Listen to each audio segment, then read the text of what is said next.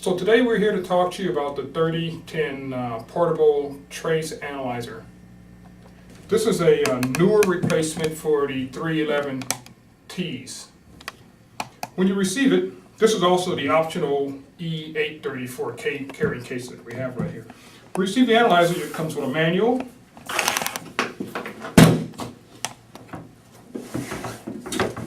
an analyzer, a sensor in a box, a charger,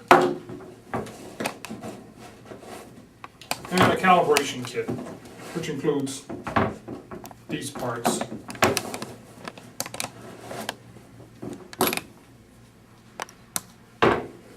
When you receive the analyzer, it's likely to have some level of charge in it, but will need to be fully charged for field use. The typical battery life on this analyzer is about 7 days, so it could be on for about 7 days before the battery goes dead in it. Just turn it on, you push the on button.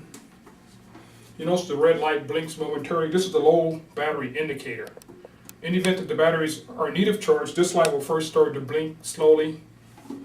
This is the contrast adjust. You adjust it so that you can read the scale. If you get the analyzer and turn it on, you can adjust this knob to make this light blink. You should charge it before you put it into field service. Charge it overnight, about 15 hours is all that's required. Once it's charged, it should be good for about 7 days of service, so you should recharge it after about 5 days of continuous use. Okay? So before you put it in service, you'll probably need to charge it. The way this works is this charger plugs in the wall. Convenient wall outlet over here. On the back, there's a battery charge location. You don't have to be concerned about whether the analyzer is on or off. Plug it in the charger, turns off the analyzer, turns on the green charge indicator light. This is the only indication that the analyzer is being charged. After you've charged it for 15 hours, simply unplug it.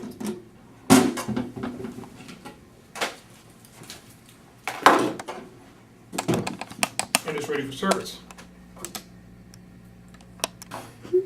So when you first receive the analyzer, you'll have to install the sensor, purge the analyzer, and charge the batteries. You can purge the analyzer and charge the batteries at the same time if you like. You simply install the sensor, hook it up to a purge gas, which is a low O2 content gas, something that's below 3 or 4 ppm. You can use nitrogen. You may be able to use your sample gas depending on how much oxygen it has. You want to purge the analyzer overnight once you've installed a sensor. That way you get the reading down to something less than 1 ppm, at which case you could set the calibration on the analyzer. You're going to have to adjust the span. It was done at the factory, but with a different sensor, and it will be close, but not correct. It might vary by 30% if you don't set it. So first we're going to show you how to install the sensor. The analyzer comes with a sensor in its box. There's a couple of different standard sensors you could have. You could have a B2C, or you could have an A2C. The A2C is for high CO2 content gas, and the B2C is a standard sensor. The sensor comes in a box. It has 2 bags on it. One's been removed from this sensor for clarity.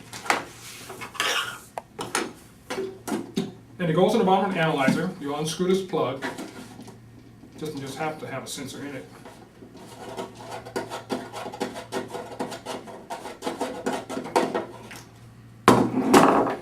This is what the sensor looks like. This is the top of the sensor with the contact plate that goes in first. This is the sensing membrane. Do not touch the sensing membrane. This sensor is a B2C sensor.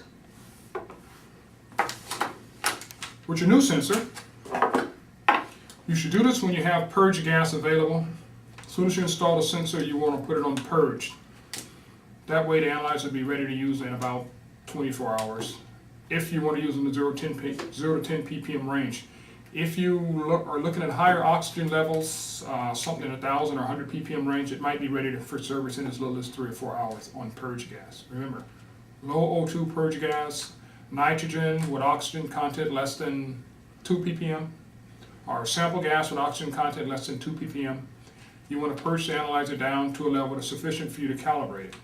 If you're going to calibrate it and use the analyzer on the 0 to 10 ppm range, you want to purge the analyzer down to below 1 ppm. Purge it for 24 hours, in this case with gas that has less than 1 ppm of oxygen in it. Most likely it'll be nitrogen. To install the sensor, you notice in here there's a shorting pin on the back of the sensor.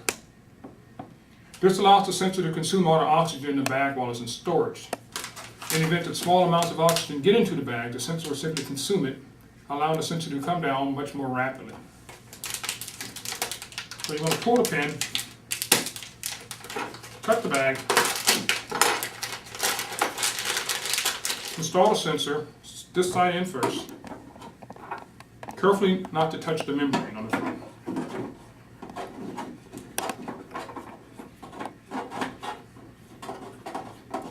Screw the plug in to its finger tight. You shouldn't require a tool to remove it, unless it's been in there for a long time. Okay? At this point, you're ready to put the analyzer on purge, and you can charge it at the same time if it needs to be charged. When you connect gas to the analyzer, remember you always connect the vent line first and you remove the vent line last. For instance, if this is your sample line and this is your vent line, you would connect the vent line, then apply your sample gas. When you go to remove them, you remove the sample gas, then remove the vent line. So the vent line is the first one installed and the last one removed. So we're going to go through some of the features on the analyzer at this point. Let me prop this up. When you turn on the analyzer, you push this button. Notice the low battery indicator will flash once.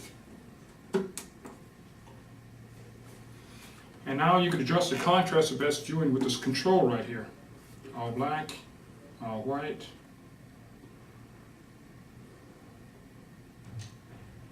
Is that showing up good? A little more. It's a little too dark. Okay, perfect. I can read it. This gives you certain pieces of information. The upper trace right here shows you what the oxygen content of the gas is. Right now it says 20.18, which is close. The gas in the room here is 20.9%, and the sensor is going to slowly lower that as it consumes the oxygen in the cell holder. The bottom line tells you which range it's on. Use these two buttons right here to scroll through the different menus. So as we go down, this line tells you what the date is. If you want to change the date, you hit the enter line here. You know this is blinking now. With this, you could change the date up or down with these two keys. You hit enter, and it goes over to the next character, which is the day of the month. Same story, up or down. Hit enter, it moves over to the year, up or down.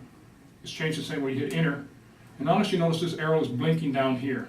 That means you're not in the mode to alter the screen at this point. You could go down or up to the other screens. Let's go back up. Escape and go to the top. Okay, we started here. Second screen we just set. The next screen is the time screen. The time screen works the same way as the date screen. If you hit enter, this arrow changes, and now you can change this character, or you can hit enter to accept it. You could change this character, or you can hit enter to accept that one. Now you can change this character, or change that one. So enter. Now your time has been set. The next screen, oh, wrong way. The next screen is the date, followed by, after the time screen, we have the first range screen. If you want to change the first range, you hit this button right here. Now this is blinking. Now we're going to change the range. We're going to change this range. So 15 ppm. Hit enter. The next button, next range screen is the range 2 screen. Right now it's the default is 100 ppm. We'll change this one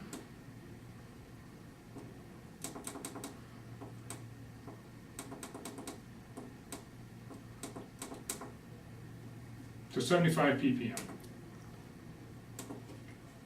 The next screen is the range, the manual auto range screen.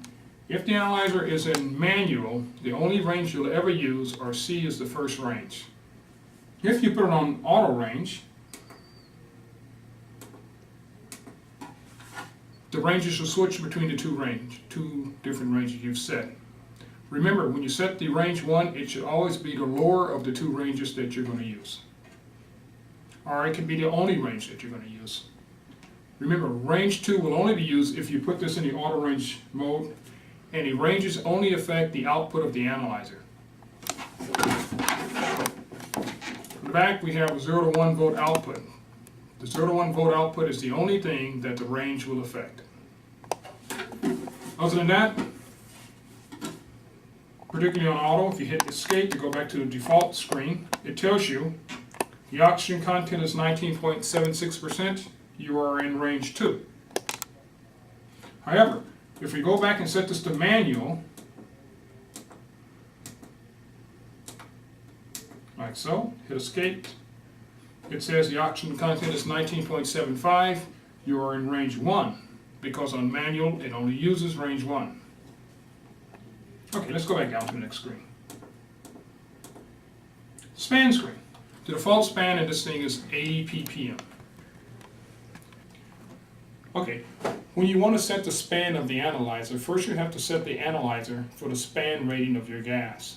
The default range happens to be 80 ppm. So say you have 95 ppm span gas in your cylinder. First you would set this to read 95 ppm.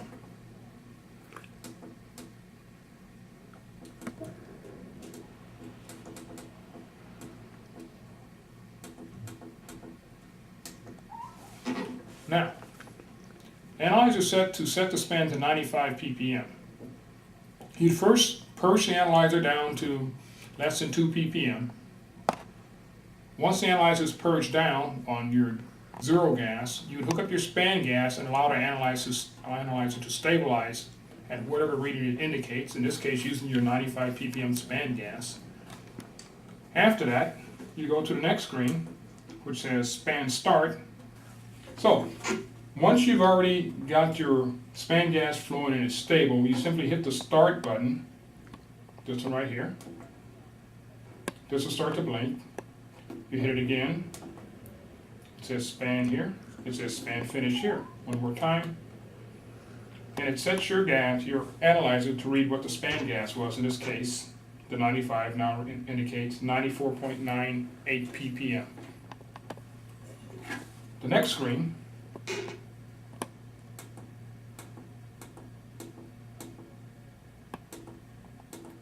is the filter screen. The analyzer has an adjustable filter which you will set based on the range and the noise level that you're seeing. In this case, we have a very stable reading here at filter setting 2. If these numbers are moving up and down, you can set this filter to a higher filter setting. It goes up to 10. The default setting is 2. Just simply change it, hit enter. The larger the number, the more stable your reading will be, and the longer to take it to respond to changes of gas sensitivity, gas oxygen content in your gas order. The most sensitive range is 0.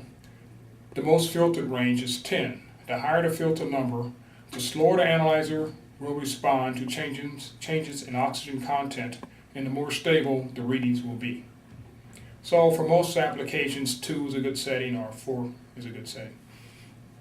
The next screen is the log interval. The data log feature of this analyzer is an option. If you purchase the data log option, you'll have a jack right here for an RS-232 cable. If you do not have the data logger option, there will be no jack right here. In this case, we have it.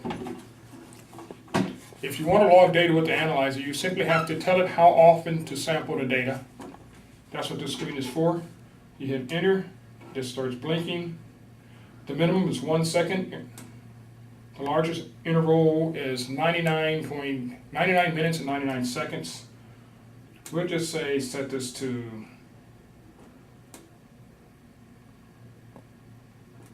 2 minutes. Enter. So once the data logger is started, it will take one sample of data and record it every 2 minutes. To start the data log, come down to the next screen. It says log, reset, and start. Hit enter. This screen starts to blink. Hit enter again. There's an L up here flashing, and the log says stop. So to hit enter again, at this point, the log would stop logging data. We could continue down to the next screen and you'll find the transmit button. After you've logged a set of data and you want to see what it is, you hook up the RS-232 to your computer, and you download the information from the analyzer to your computer. There's information on how to do this in the manual, and we're not going to go into it right now because I don't have a computer. Below this screen is the power down screen. In order to turn the analyzer off, you hit this button right here. This starts to blink. You hit it again.